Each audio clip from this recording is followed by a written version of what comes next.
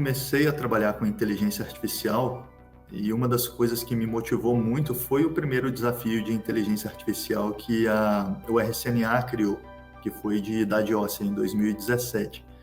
Eu tive algumas dificuldades na época para começar, então eu acho que é interessante a gente compartilhar com todos que têm interesse em participar desse desafio da Sociedade Paulista de Radiologia algumas dicas, né? E aí eu queria passar para o Kurik falar para a gente um pouco quais dicas você daria, Kurik, pensando quando você participou pela primeira vez desses desafios, que você acha que poderiam ajudar esse público que tem interesse em participar do desafio da SPR?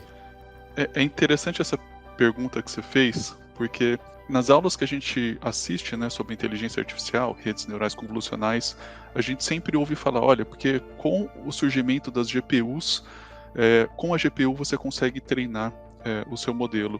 E isso era uma coisa que acabou ficando na minha cabeça. É engraçado, porque eu quis primeiro montar um computador e ter dentro da minha casa, né, agora eu tenho a infraestrutura necessária para começar a aprender inteligência artificial.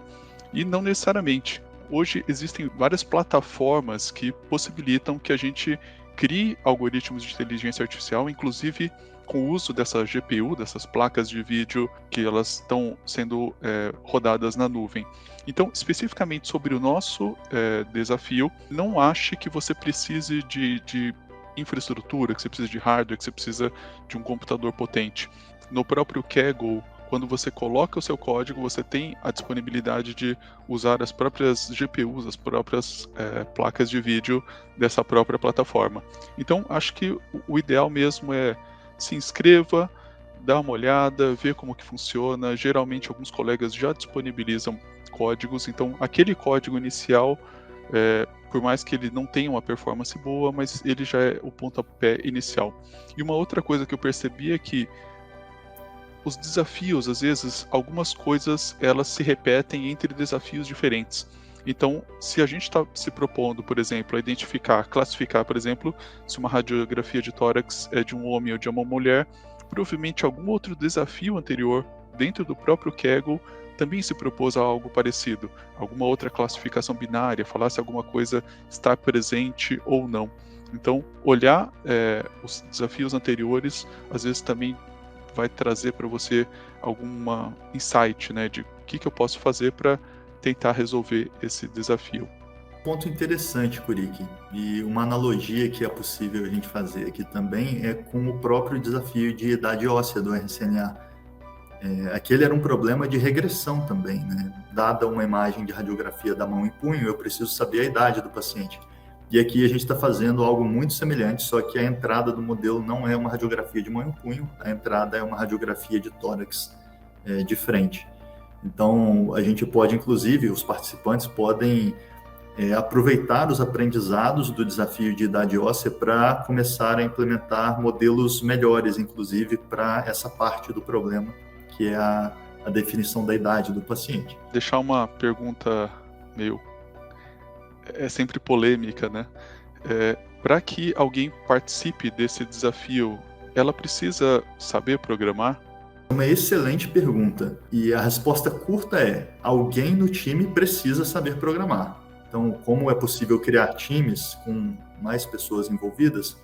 Não necessariamente todos do time precisam saber programar, mas pelo menos uma pessoa precisa, porque para criar os modelos de inteligência artificial e fazer as submissões, a gente precisa customizar o código num nível a ponto de você conseguir treinar um modelo, fazer a inferência no teste set e fazer a submissão. É necessário, mas não necessariamente todos do time, né?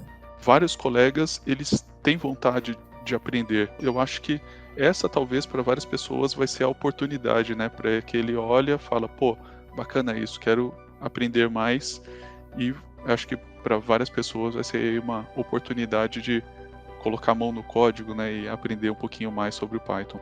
Aprender a escrever código, e a gente passou por isso, né? E no início é difícil mesmo, parece que é igual aprender uma língua, né? Quando você começa a aprender inglês, no início você não consegue falar as coisas, até você começar a conseguir se articular bem, demora um tempo, né?